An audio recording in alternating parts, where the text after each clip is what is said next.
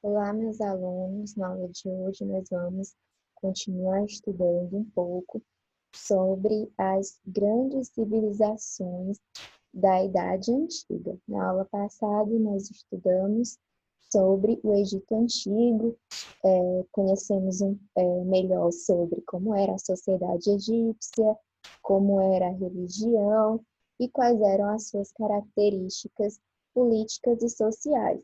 Então, hoje nós vamos estudar mais sobre as grandes civilizações que fizeram parte da antiguidade, entre elas a Mesopotâmia. Aqui no slide eu coloquei uma pirâmide social para a gente entender bem a divisão da sociedade na região da Mesopotâmia. No topo da pirâmide nós temos o rei. Lá no Egito nós tínhamos o faraó. Logo abaixo do rei, nós vamos ter os sacerdotes, nobres e militares. Abaixo vamos ter os comerciantes, os escribas e os artesãos. E na base da pirâmide teremos os camponeses e os escravos. Então, só pelo fato de termos a imagem dessa pirâmide, a gente já entende que aqui na Mesopotâmia nós tínhamos uma sociedade hierarquizada, ou seja, dividida em poderes e funções sociais, onde quem estava no topo, no caso o rei, tinha mais poder e quem estava na base tinha menos poder. Então, o rei administrava todas as terras em caso de guerra, comandava o exército, e lá na base da pirâmide nós tínhamos os camponeses e os escravos, aqueles que faziam um trabalho mais pesado. No caso dos escravos, muitos eram porque não tinham pagado suas dívidas e também eram prisioneiros de guerra e por isso que estavam nessa condição. A palavra Mesopotâmia vem do grego e significa entre rios. Mesopotâmia é um nome dado a uma comprida faixa de terra cortada por dois grandes rios, o Tigre e o Eufrates, né? Então, nós temos dois rios e a palavra Mesopotâmia significa entre rios, porque a Mesopotâmia é uma região que ficava localizada próxima desses grandes rios. Situada entre a Europa, a Ásia e a África, a Mesopotâmia atraiu muitos povos que ali se estabeleceram e fizeram história. A gente já viu como os rios eram importantes para as grandes civilizações. Então, a região da Mesopotâmia foi uma região muito disputada. Então, muitos povos guerrearam para poder ter acesso à região da Mesopotâmia. Então, nós não vamos ter apenas um povo dominando essa região. Nós tivemos vários povos, né, revezando o seu poder na região da Mesopotâmia.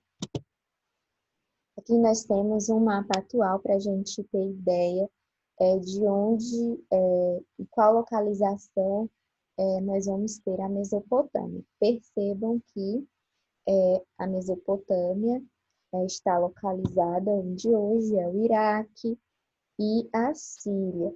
E aí nós vamos também observar os dois rios que eram tão importantes para a Mesopotâmia, que era o rio Tigre e o rio Eufrates.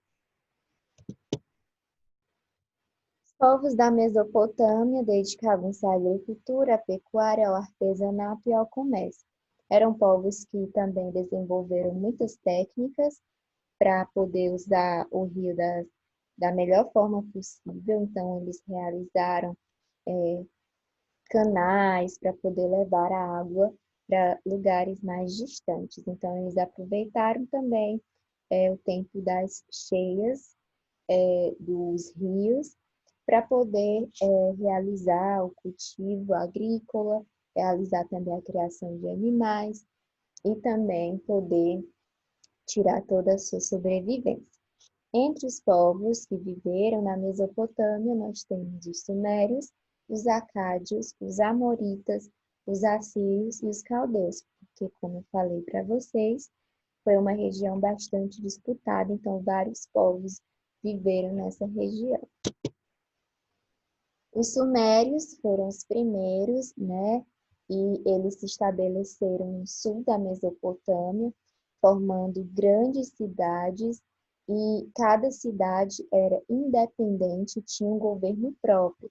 Por isso que a gente chama essa cidade de cidade-estado, porque eram cidades independentes, com governo próprio, com a sua própria organização e política. Então, nós vamos ter cada cidade sendo governada por um rei diferente e tendo suas características. Então, essa é a definição de cidade-estado que os sumérios fizeram aqui na Mesopotâmia.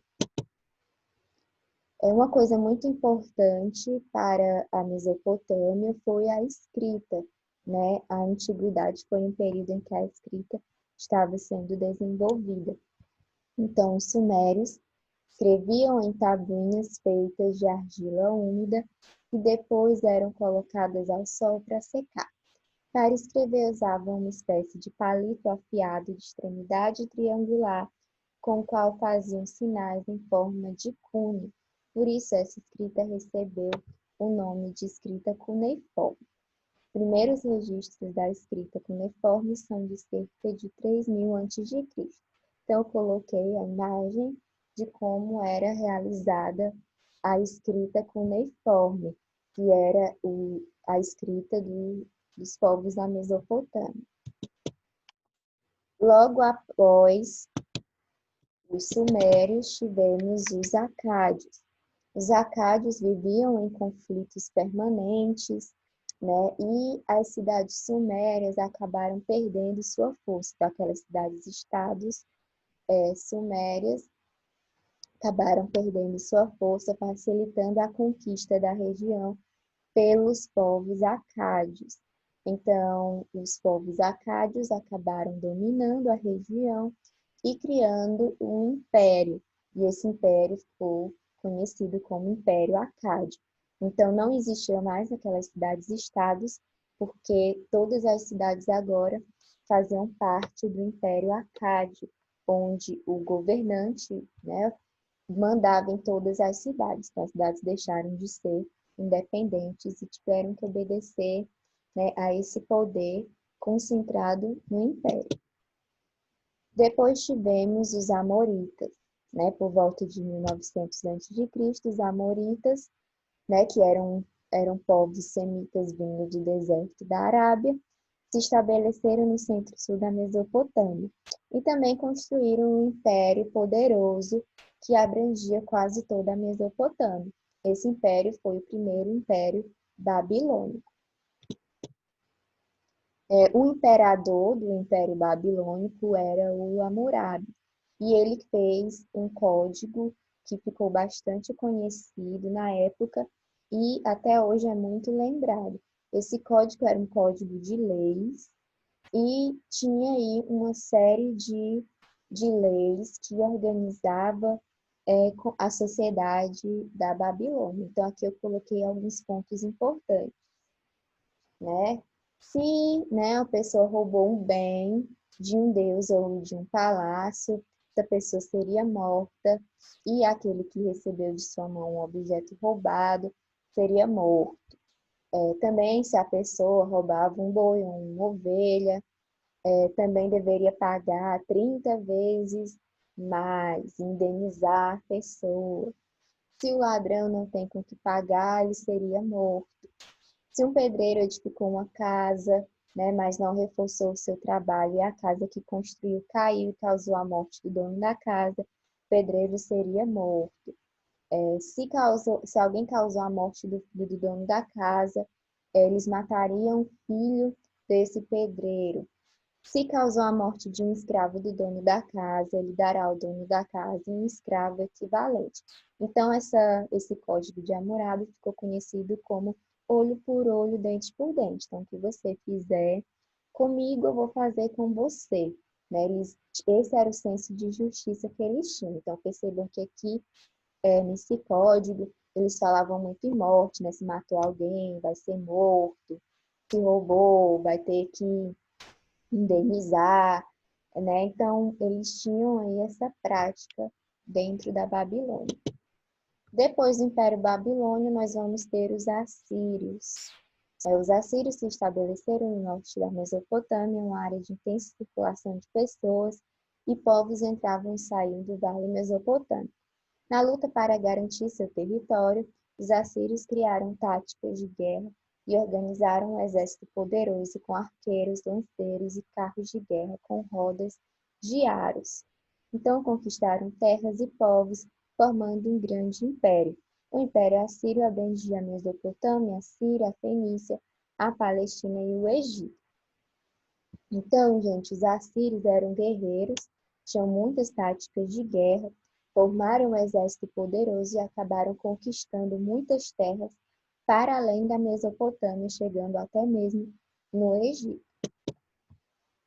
Depois dos assírios também tivemos os caldeus, conhecidos como os novos babilônios, e eles também se apoderaram de imensas áreas da Mesopotâmia, constituindo o segundo Império Babilônico. Durante as violentas campanhas militares chefiadas pelo rei da Babilônia, Nabucodonosor, os caldeus arrasaram Jerusalém e prenderam milhares de judeus e os forçaram a marchar como escravos para a Babilônia. Então, eles escravizaram os judeus. Então, é isso, gente. Na próxima aula continuaremos a falar mais sobre a Mesopotâmia. Façam uma atividade na próxima semana.